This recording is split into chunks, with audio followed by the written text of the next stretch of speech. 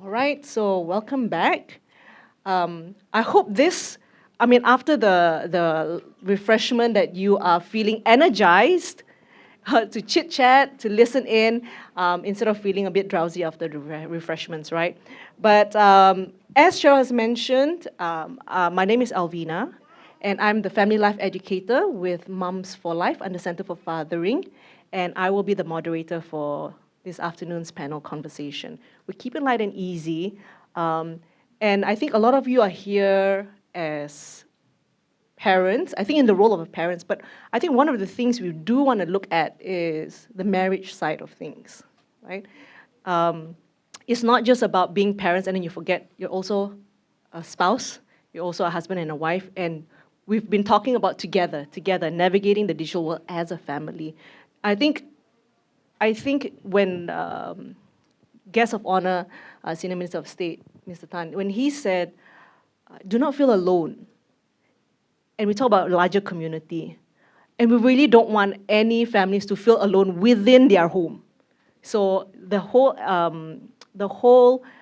value of a marriage where you work together, there's a co-parenting element, it's something that we want to encourage for all of you who are present here today. And thank you so much for being here and spending your afternoon with us. And so on our panel this afternoon, we have founder of Village Consultancy, Ms. Carol Loy. You heard her speak earlier on. And we also have Associate Professor and Program Leader at the Singapore Institute of Technology, Dr. 𝗦𝗣𝗥𝗞 𝗖ście, founder of Media Literacy, Mr. 𝗦𝗣𝗥𝗞 𝗖ście, and of course, founder of and Counseling Director at the Relationship Room, Ms. Teresa Pong. So thank you for spending your afternoon with us, part of your weekend, with us to share your perspectives on marriage and parenting. So one of the things, I think we want to share our personal experiences as well, right? Is that when it comes to technology, we can see how it can help, we can see how it can harm our relationships. So one of the research, 2020 US research, right, it was saying how when it comes to technology, a lot of couples find that, hey, they actually help our relationship.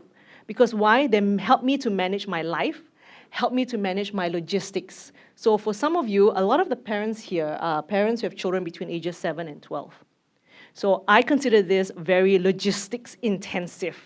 There's like who's got appointment, who's got parent-teachers meeting, who needs to go to whichever enrichment center, right? And I hope no one's had the experience of, oh, I thought you were supposed to pick them up. No, you're supposed to pick them up. I think we see some people smiling, they're like, okay, so we're not alone, okay? It kind of happens. So we see how technology can help, but we also see how technology can harm. So two major issues that have been raised about that causes a lot of conflict in marriages between couples is being distracted when you're together, and the second one is spending a lot of time online. So Teresa, so you've got more than a decade of experience in counseling and social work, right? And you have helped hundreds of married couples dealing with a lot of challenges, real life challenges and things that happen, that cause conflict at home, infidelity, even divorce, right? So I'm wondering from a marital counseling point of view, how do we approach this challenge as husband and wife when we look at technology, relationships, and things like that? All right, thank you. I think like what you mentioned, even myself in my own marriage, we do use WhatsApp to do logistics scheduling. I mean, to help us to ease our day-to-day, life working. But at the same time, I also want to kind of share with all of you one of the fundamental principle that we look at in any relationship, be it like father-child or friend-to-friend or even husband and wife is. Researchers has found that all human beings are wired to connect. So in other words, we cannot live alone on an island all by ourselves. We are all wired to connect. And that's why connection is very important, especially emotional connection, because that will bind people together. Now, when we talk about technology and how it impacts on relationships, especially in terms of, like a romantic relationship or a marriage, we have to look at two perspectives. The first perspective is what draws that particular individual, all right, into technology, especially into the digital world. Like it or not, the digital world is, I would say, is a very easy and comfortable, inverted commas, place for each of us to be in. It provides that kind of comfort and the easiness for us to escape from the reality, from the problems that we are facing.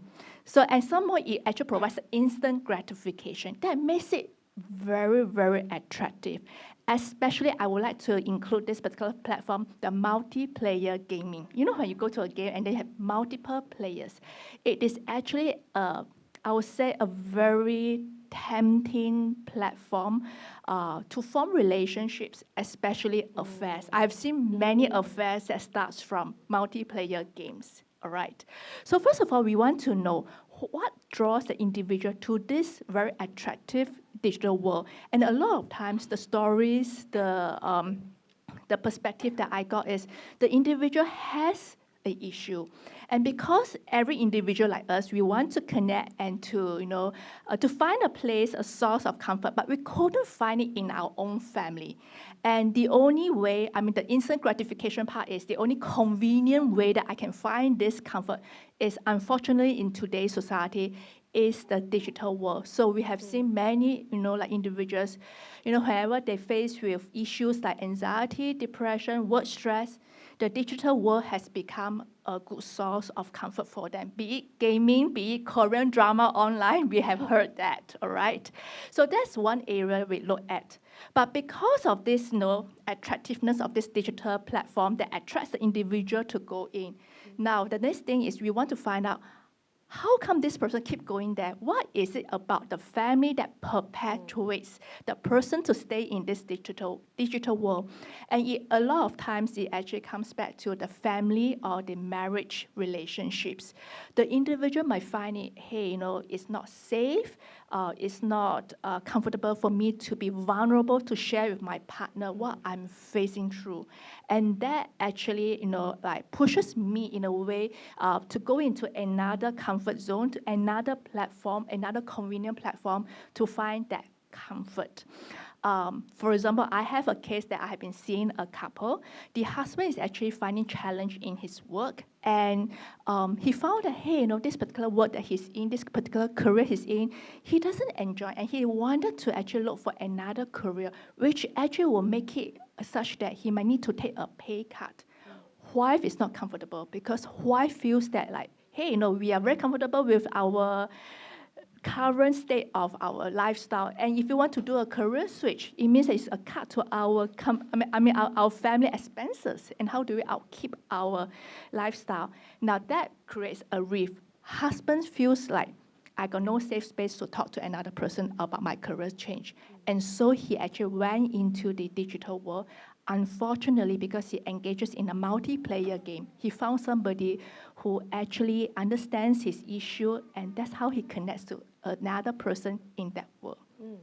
And likewise, for the wife, for her is, I keep seeing my husband on this gaming platform. So the more she sees the husband in the gaming platform, the more she pursues, the more confrontational she is, the more aggressive she is, and that kind of pushes the other partner into the digital world. So this is how it perpetuates the gaming cycle.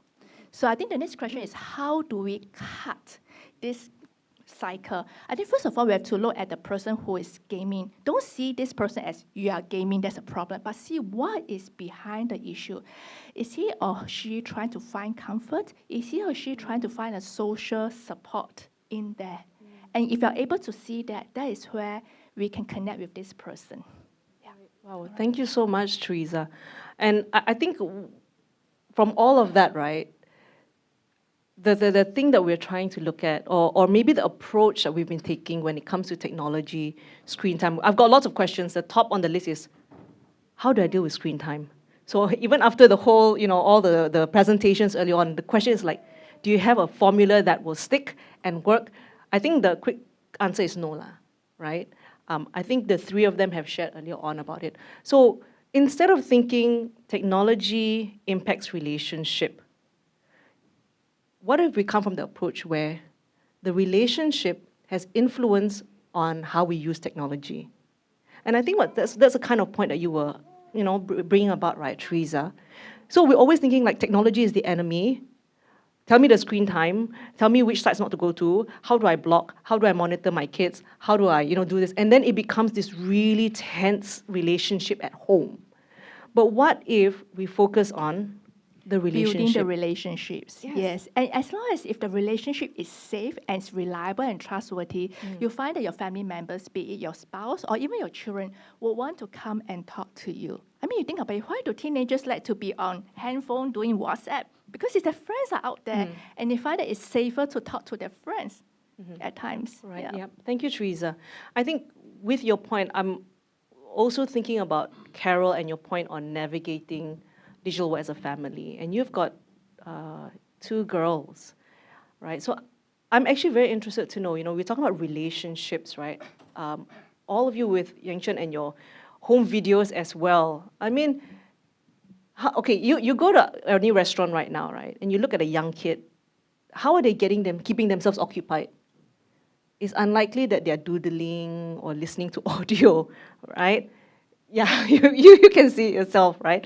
So it's all about relationships and all. So I'm just wondering, as we're talking about navigating the digital world as a family, so you've got your family all involved in it, right? So I'm just thinking from a wife's role, right? How do we encourage our spouses, our husbands, to come along and encourage them to come along in this journey of let's set healthy boundaries. Let's model this to our children, to our families. Yeah, can you hear me okay? Okay, testing. Yeah, so I do it on a few fronts. So firstly, the common ground that I shared earlier. So I have like side talk with him first. This is our family boundary. We all agree, okay? First I agree with my husband, then we have a conversation in the family. Then sometimes my husband needs reminders. How many of us wives know that sometimes our husband need reminders, right? Oh. Okay, they are lightly tapping the spouse in the shoulder. It's okay to remind, because sometimes mothers also need reminders that we are not perfect, right? Mothers also need reminders. But sometimes my husband, for me and my family, my husband need reminders, and sometimes I'll just look at him. So not just reminders, you need to have like because non-verbal cues and signals. Yeah, because I want to honor him, especially when it's in front of the children. I don't want to like, how come use phone again? Didn't we agree that we mealtime no phone? Because I want to maintain respect for my husband. So sometimes I do give him the look. Wives have the look. If you haven't found one, you can, Yes, yeah, the look. And another rule that we have as a family is that we don't put the earbuds at home. We don't do that walking around the house. Because we want to be fully present. There is always a reason behind our boundaries. And so in my family, right, if I see, sometimes my husband is like trying to enjoy music, okay? It's legit, right? Whether men or women, we come back also want to like downtime, right? And so he does enjoy his music. And then sometimes he forget, right? So mealtime when I see the earbud, again the look. Yes. Then sometimes he will tell me, got no music. Then I say, got no music, then why got earbud? But sometimes my kids also, they really switch off. But because it's so light, you might not, yeah. But so for me, is the look. But the look is based on like agreed boundaries already. Right. So I think tag team together and always honoring our spouse is important as we reinforce habits. Yeah. That's really very helpful, because I think in terms of co-parenting and partnering, right, there's usually there's a default parent who somehow happens to care for these things, right? And so, like what you were saying, it's agreed upon already. So it's not like suddenly you catch them, and then the point that you made, honoring your spouse, I think that's really, really valuable in marriage and parenting, and that will actually help to minimize the tension, minimize the conflict, and have that united front. As a mom and dad, we've agreed these are our values as a family, and we're working together. We're not perfect, mom and dad. We may mess up, and then so that's when the mom gives the look, and then the dad just sheepishly, Okay, not to say that the children also don't notice, right? I think our children, the older they get, they also know what's going on. But yeah, they know what's going on. It's not that they don't know, right?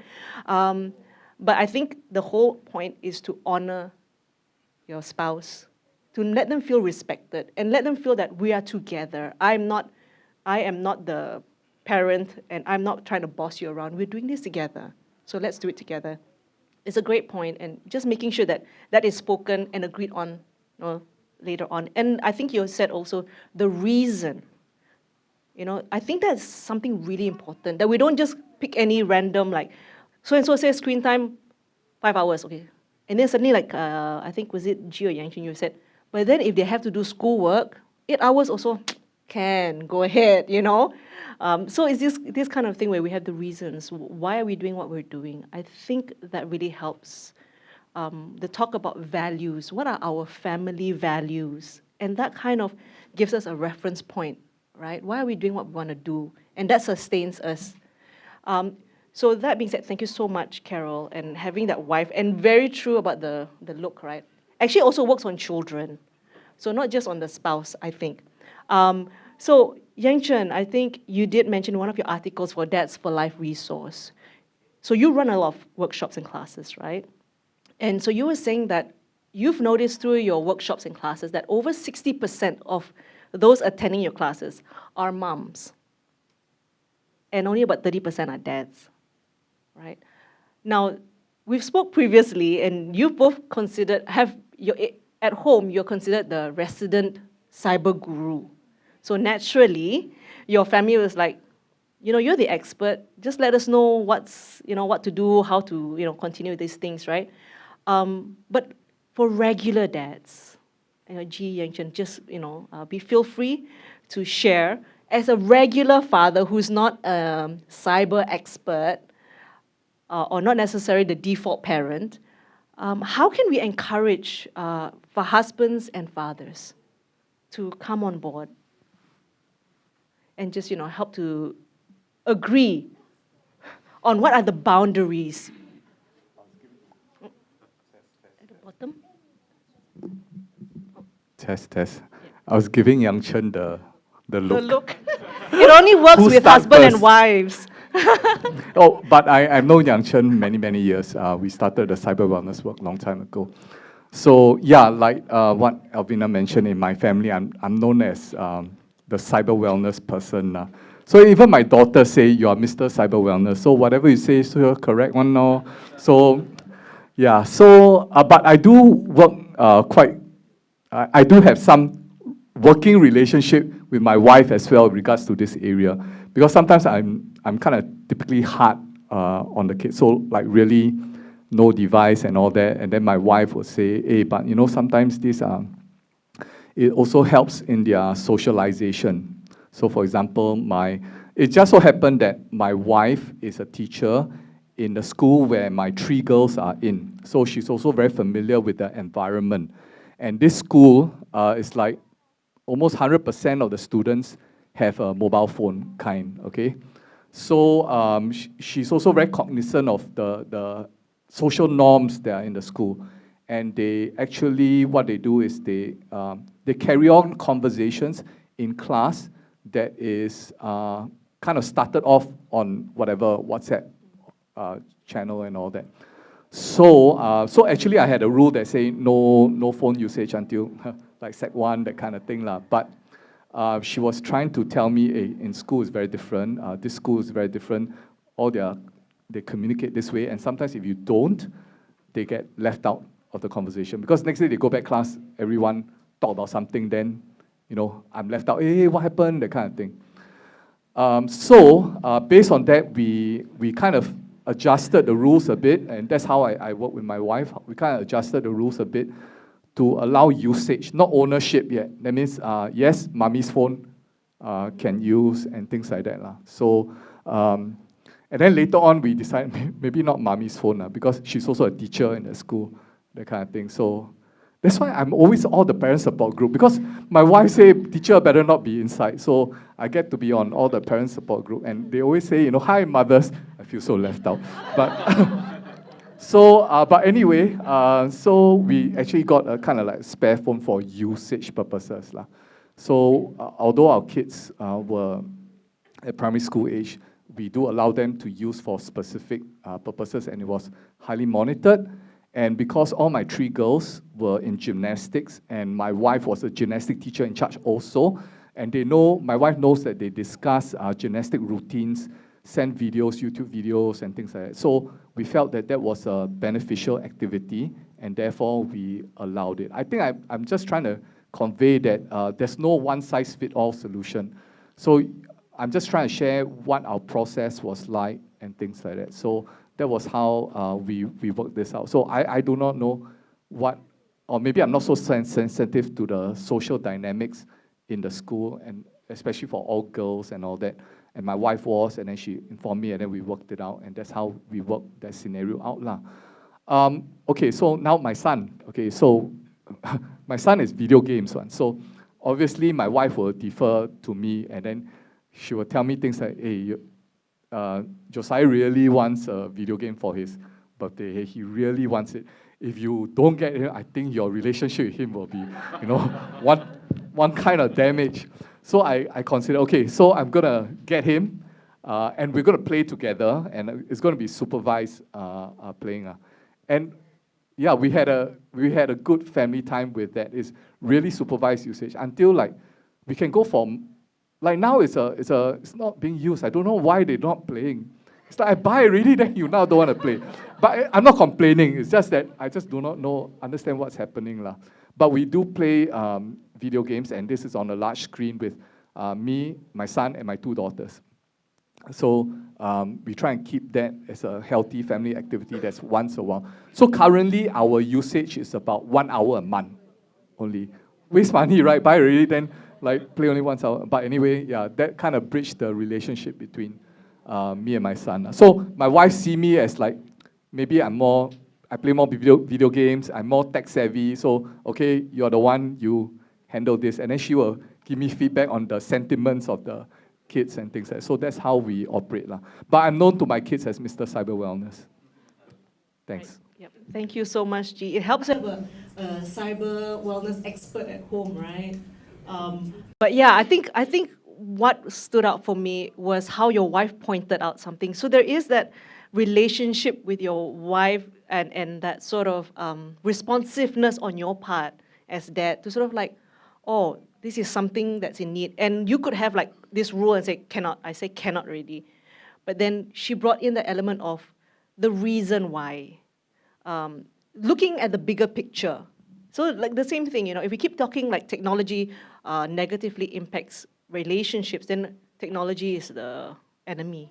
But there are really deeper things that we look at, your relationships, the connection, feeling safe, you know, and wondering why is my child just sucked into, you know, the gaming? Why is my spouse sucked into a Korean drama or something, you know? Eating also have to watch Korean drama.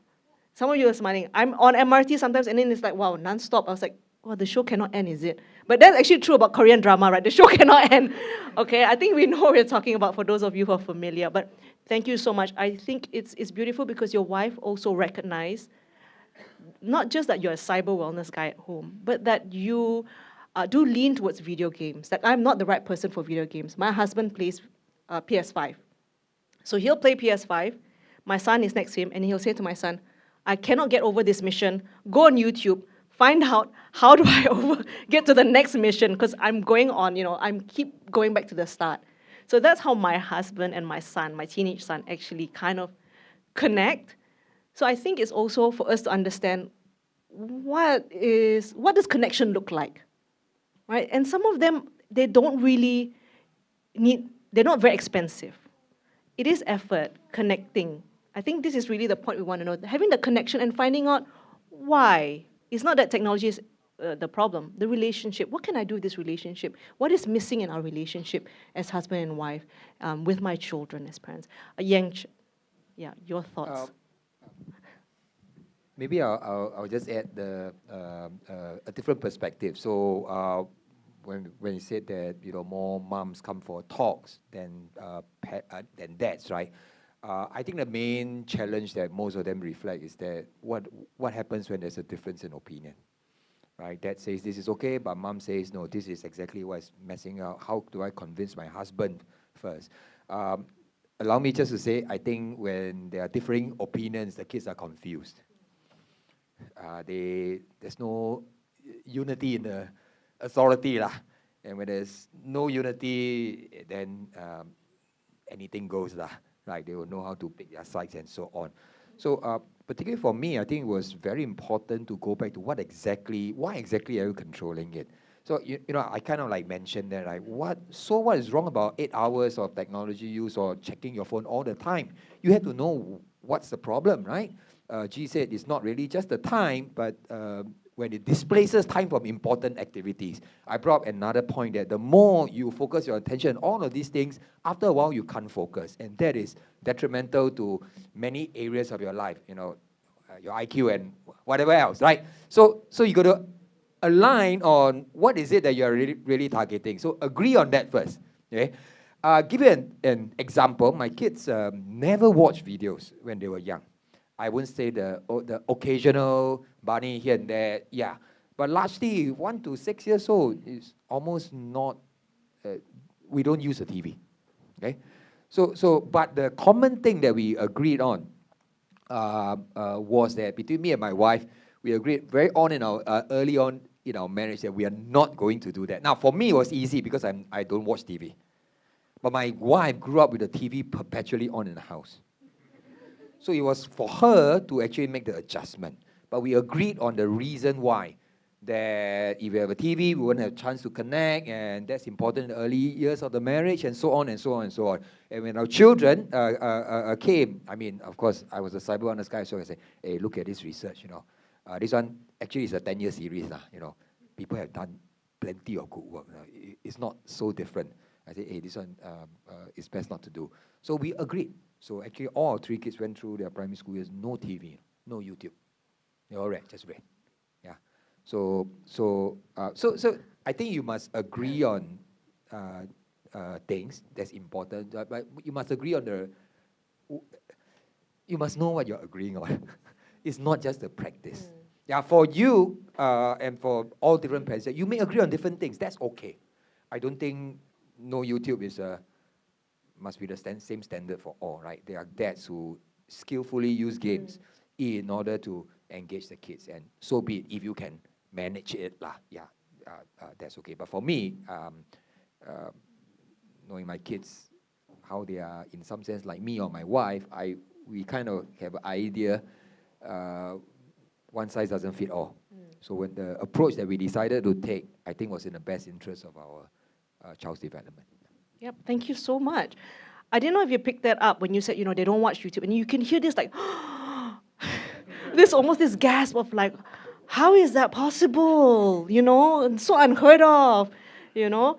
But what you're saying that it is possible. I mean, Carol, you know, G, Teresa, you're all moms and dads. You're also users of technology in your own areas as well.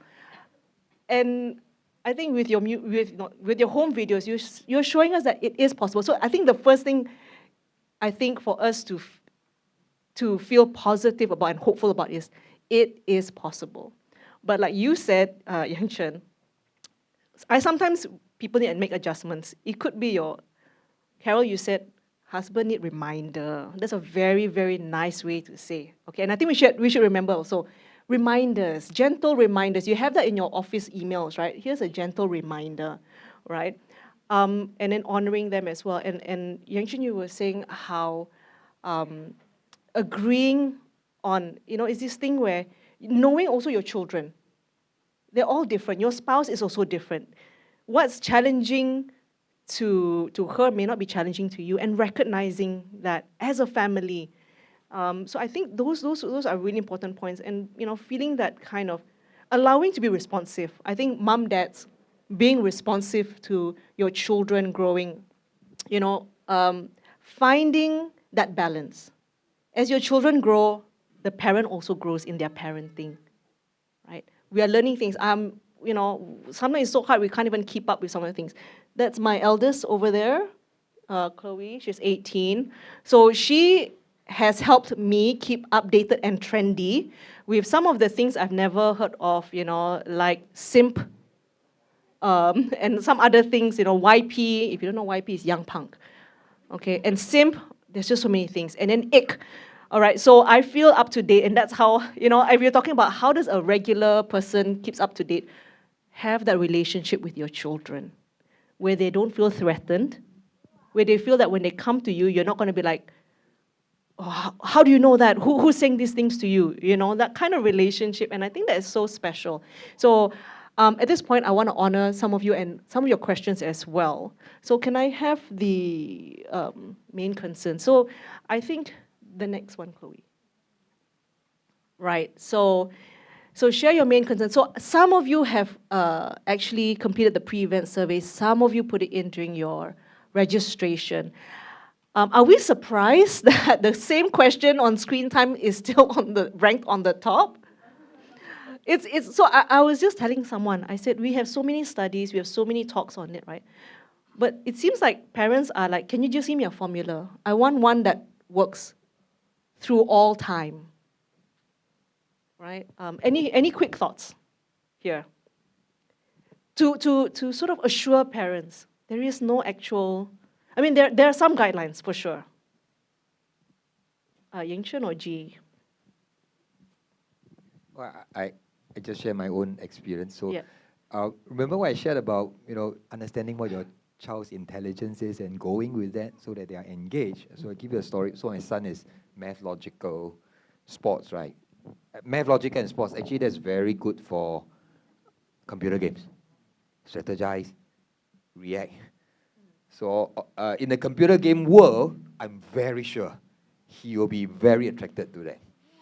But understanding his own intelligence and talents, how then do I design an alternative, or they call it diversification. So actually after PSLE, we didn't allow him to play games. I introduced him to chess. And within a short time, he was on chess.com forever, because that's math logical. Okay, so till today, Sec 2, he's still playing chess all the time. Right? Of course, the listening to audiobooks was something that was from young, till today he does that, and he's developed ability to really listen very well, much better than Daddy can. Okay, so that also helps. The other thing, of course, body kinesthetic. We work quite hard to, in a sense, try to get him to be able to get into a sport CCA. So he's going for basketball at least 2 days a week, and Daddy would like him to do more, but yeah, that's okay. So then his time is meaningfully, and he likes doing some of these things. So then you are not fighting the screen. Okay, you are asking him to do what he likes, and naturally he has much less time on the screens. So I think that's the only sustainable, doable thing in the long run, because eventually you are not going to be able to control him. By teenage years, it has to be what he wants to do, what he's inspired, what he loves to do. And I think all the hard work, in a sense, that you invest when they are young, right? Not pushing the phone to them, but helping them do or develop something they're interested in, would pay off more and more as they grow. It's never a done deal, because the platforms are so powerful, so well designed, that it's going to be an ongoing battle. Even if you kind of lose it, maybe let's say 15, 16 years old, that's okay. That's okay. It's not the end of the world, right? Because at least they have a certain base that we have built in. Competencies, interests, they have already developed well. Mm-hmm. And anyway, it's a matter of time. They also need to make their own choices. Right. So I thought that's my best advice for managing screen time. Yep, thank you. Yeah, when it comes to screen time, I think you're also, the reminder here for a lot of parents is, what are your kids doing on the screen? I think not seeing it as an enemy, recognizing how they're using their time, and I think providing alternatives. Carol, you mentioned when we talk about navigating digital world, there are so many things that we can do as a family that the screen cannot provide. And I think it's the effort where we try to ask ourselves as a family, what can it be? I remember during circuit breaker, I actually took up my whiteboard, with HBL and everything. I say, what can we do for 30 minutes that doesn't include the screen? And I put there in brackets, it does not include napping. Because a lot of them say, sleep lah. Then there's no screen. I say, no, I'm pretty sure you need some quiet time, right? Just a very quick one, Carol. What was one fun thing that you did as a family that did not require screens? We do quite a lot of fun things. Oh, great, even better. Actually, I wanted to share another point, but now you asked me the question. Oh, no, please. I wanted to share about screen time management as first and foremost, actually catching ourselves. How is our own screen time? Because just as we are concerned over our kids' screen time, when our kids look at us, they are also seeing daddy and mommy on the screen. So sometimes they aspire, like when I grow up, I also want to be like that, like daddy and mommy also use screens. Then when finally they get their hand on the screen, that's why. So I find that I have to first catch myself. Am I being a role model? Same as reading. Audiobook didn't work on my girls. Actually, it scared them. When I first introduced, I think I didn't select the right audiobook. Because when they listen, they get scared. So then they traumatize. So they never. So I guess different things work for different children. So my children, they also like to read. But I always remind myself, and now that they're older, it's harder to get them to read because there's so much more shorter shots, right? Now, short video, they think that they get the same information, but actually it's not deep enough. So reading does have its value, right? I hope all of us are also reading at least one book now. Parents, are we reading or not? Does it count on Kindle? Kindle, got read lah. The thing is not just headlines of newspaper, okay? And your newspaper also, is it soft copy, also tablet one, or is it like a hard copy? But my point is that if we want our children to be readers, are we also readers? I feel that it's important. So sometimes I intentionally make sure that I also read, role model the value of reading. That when I read something, I learn so much more than just watching video. So my point, in short, is really the role modeling that is also so important, just as we are concerned for them. Actually, when I ask some of the students that I teach, right, I ask them, are you concerned about your parents' screen time? What do you think their answer is? Yes or no? Yes, the children tell me that they are concerned about the parents' screen time. They say they scared mommy got not enough time for themselves. Oh, I was like, wow.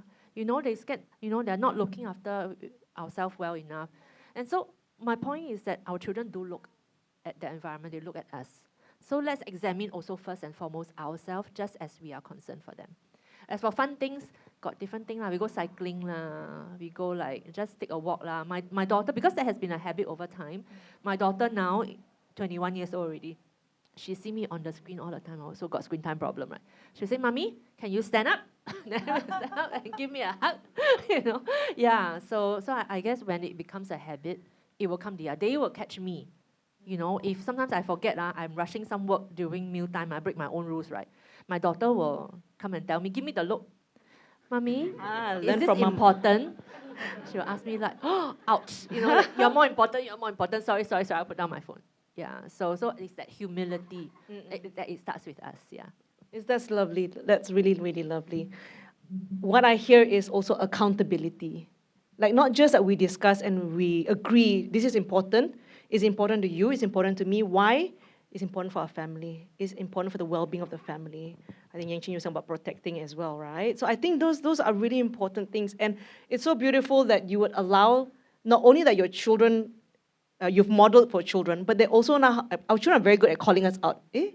But look at yourself.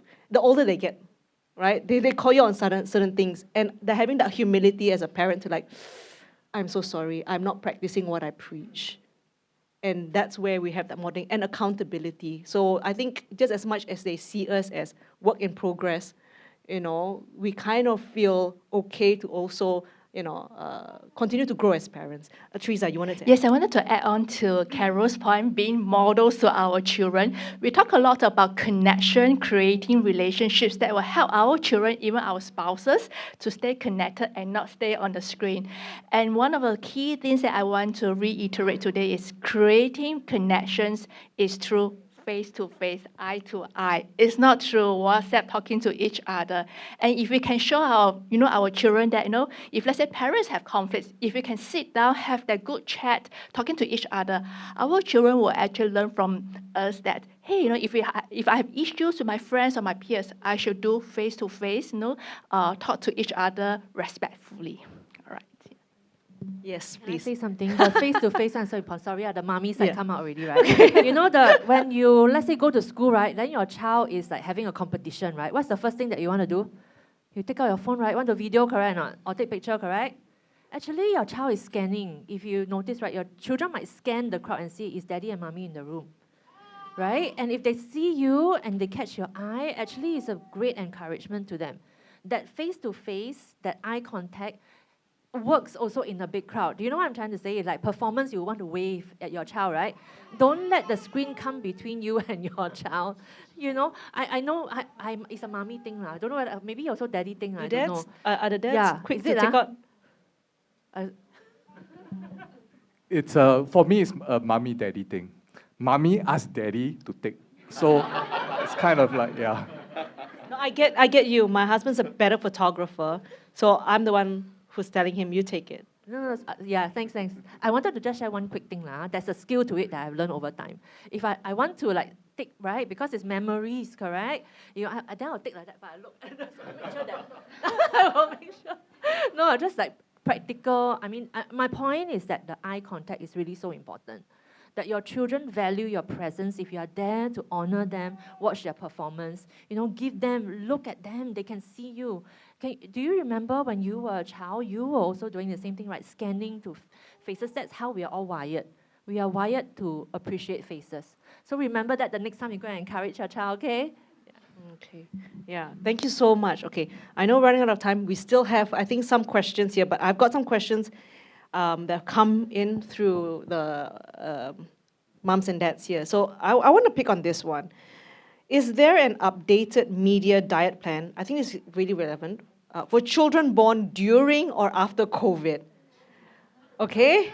It's very different, right? I mean, like I was saying many years ago, like 20 years ago, the question is, should the computer, like your huge chunky thing, should it be in a bedroom?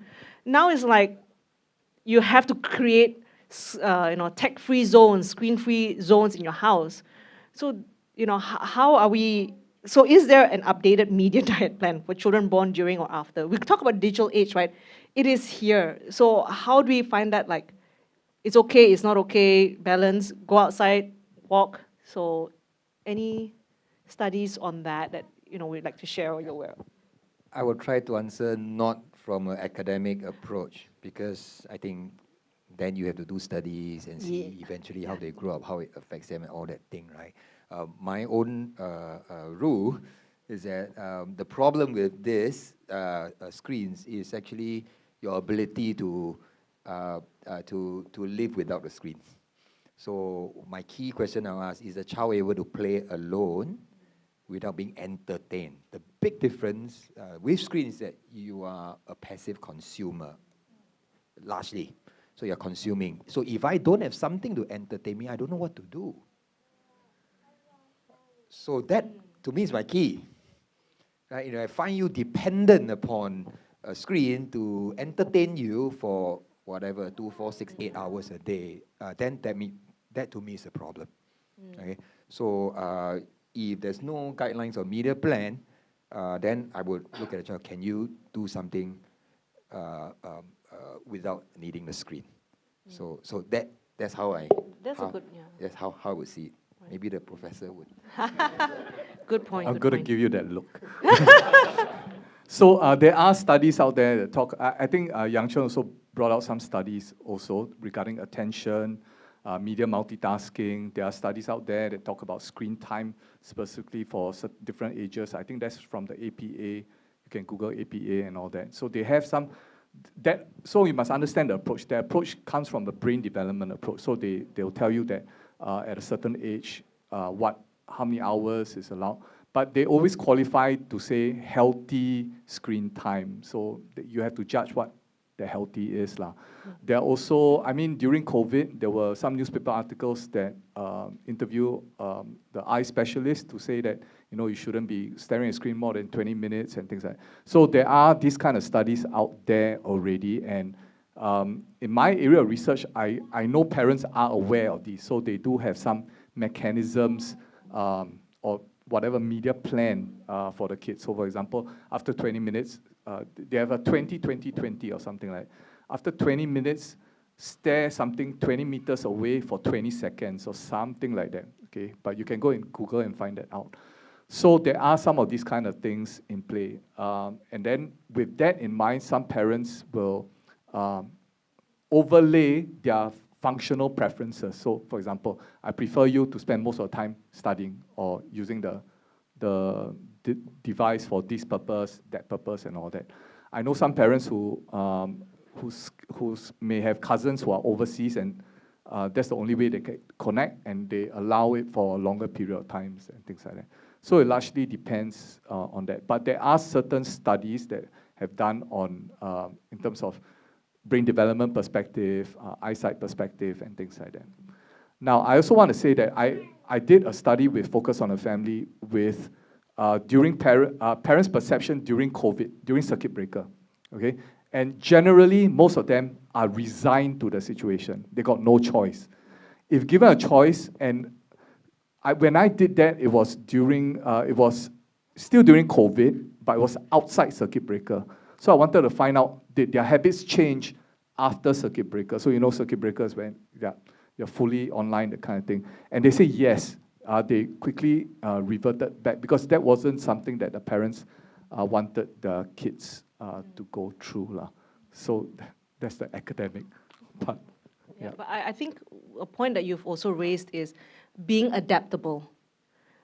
When COVID happened, everyone was just like, wow, you know, how do I, you know, this, and then, but then we adapted. You know, we realized that there are a lot of things that we could do differently. Okay, and so there's this whole adaptability, and we are capable. As parents, I think we should be the most adaptable human beings on this world, right? And so, and in a way to sort of wrap up, today we're on Spark Couple Conversations, right? So one of our objectives really is not just for us to reflect on our relationships. So it's not just about statistics and all that, or like formulas. It's for allow us to reflect on our relationships. Are there things that we're doing that's driving our spouse, our children to the screen? Is there something that we could do differently? Are there certain changes we can make in our life, right? So I want to pose this to our four panelists. A conversation starter, so Spark Couple Conversations, right? What conversation would you like to encourage our attendees here, moms, dads, parents, to start having either with each other or their children? Because it's all about marriage and parenting in a digital age. How should we be adapting? What are the good questions to be asking or talking about? Teresa. Okay, for couples, I will encourage, daddies, mummies, husband and wife to ask each other, what is one thing that you miss about in this relationship? I'm sure all of you might have enjoyed each other about something during the courtship days. But as we get married, we got tied down with our parenting roles. Maybe we're so busy and we miss out that something. Ask each other about what is the missing thing. Yeah. Okay, so maybe I'll preface what I'm going to say with a story. In my not just in my family, but among my relatives, I'm also known as Mr. Cyber Wellness. So there was one time I was at my brother's place, and then I have this rule that no devices during dinner time. I think most families will have that as well. But at that particular instance, I was caught. I was the only one caught playing with my phone. Okay, and then my brother, yeah, Mr. Cyber Wellness lah. Are you doing what you preach and things like that? So, and then my kids were riding on what my brother said, yeah lah, see, that kind of thing. Then I said, oh, I'm so sorry, I'm not perfect. And I thought I want to use that to drive us to start those kind of conversations. I mean, I like what Carol say also. She does share that sometimes, ask the children what they think about your media usage, which is kind of something that I don't really ask, but they do tell openly. But if I were to spark a conversation, that would be something that I would want to ask. And I also want to share with you, this is something I share with parents, that I'm not perfect, and we journey this together. My line, I always ask parents, do you know what your kids' top intelligences are? Okay, and what can you do to use that to help them to find meaningful, fulfilling activities apart from just screen time? So that'll be one thing I would encourage you to talk about. Thanks. Rather than a specific question, I would like to encourage us to take a posture, the posture of curiosity, right? Very curious about our children. How was your day? Curious about your spouse. Curious about your children also because they are changing every day, they are growing every day. Every day they would learn new things or new experiences, the good or the bad. So that posture of staying curious would then spark off the right questions in that sense, because you are curious, not judging, not just tomorrow got homework, tomorrow got spelling, right? What do we need to do today? But being curious about them as a person, that they are an individual growing in their gifts and talents. So if we have that posture, hopefully, I believe that the questions will come. Yeah. Thank you to our panelists. I hope that from this, it sort of spark conversations, not just from a parenting, like, oh, okay, after this, we lay down the law at home. Okay, you're in, we agree, right? We lay down the law. But I think if you hear what is being said, it is making that connection with your spouse, being curious and interested in what your children enjoy that doesn't involve the screen, walking alongside them, right? Even with video gaming, this is something we could do together. So this word together, whether it's husband, wife, whether it's as a family with children, that we can continue to do things together. Once the children are teenagers, it doesn't mean okay, see you, you're not interested in me, and I can't get to you. But there are always things that we can do. There's always adaptability. There's always things that we can talk about. So we didn't address the concerns specifically, but I hope the underlying message there is clear, that we talk about the connection, the relationship, because I think it's in our relationship building that gives us a chance to ask some tough questions and have some tough conversations with the people we love. So even with some of these, there are very specific things, and I think it all begins with the relationship and the influence we have in our families, how we model, the accountability we have as husband and wife. We allow our children the humility we have as parents to not perfect. You caught me, self-check, and rather than being defensive, right? So we're really, really grateful for that. I do apologize if you have not had a chance to ask your questions. We've addressed some of the questions that were shared over the QR code. And again, I think from Spark Couple Conversations, we hope that from this event that our panelists and this conversation has given you a different perspective on technology. Rather than thinking how technology affects my relationship, how can my relationship influence the digital habits within my family? We definitely have very good guidelines that we should adhere to, because I think what Carol said, no matter what, our bodies, we honor our biology. We all should rest. We all should enjoy, time outside, away from the screen. We should look away 20 minutes looking at the screen, look away elsewhere, right? So I think those are really, really good pointers. And so, can we have the next slide, please? All right, and the next one again. All right, so one of the things we'd like to encourage, we have a marriage workshop, and again, it's tied to technology, but about living and loving in the digital age. How can we adapt marriage and parenting? So if this is something that you'd be interested in, please scan the QR code and then share with us your details, and we'll get back to you. All right, and find more about programs, the QR code. Some of you have asked to be on a mailing list. You'll definitely hear from us as well. Please do share your feedback. If I could have, this is the time for you to pull out your phones. Okay, nobody's judging. Okay, so you can now pull out your phones and then scan the QR code. We definitely want to hear from you. We definitely want to learn how we can support you better and how we can do better for next year's Spark Couple Conversations.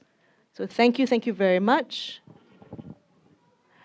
And so thank you for joining us. We hope that from this session, you will start having those meaningful conversations. You will begin prioritizing real connections with your spouse, with your families, to strengthen the family bonds.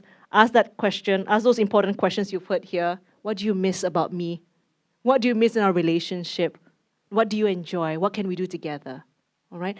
Thank you to our panelists for spending a part of your weekend with us. We truly, truly appreciate. Thank you, moms, dads, husbands, wives, for spending these few hours with us.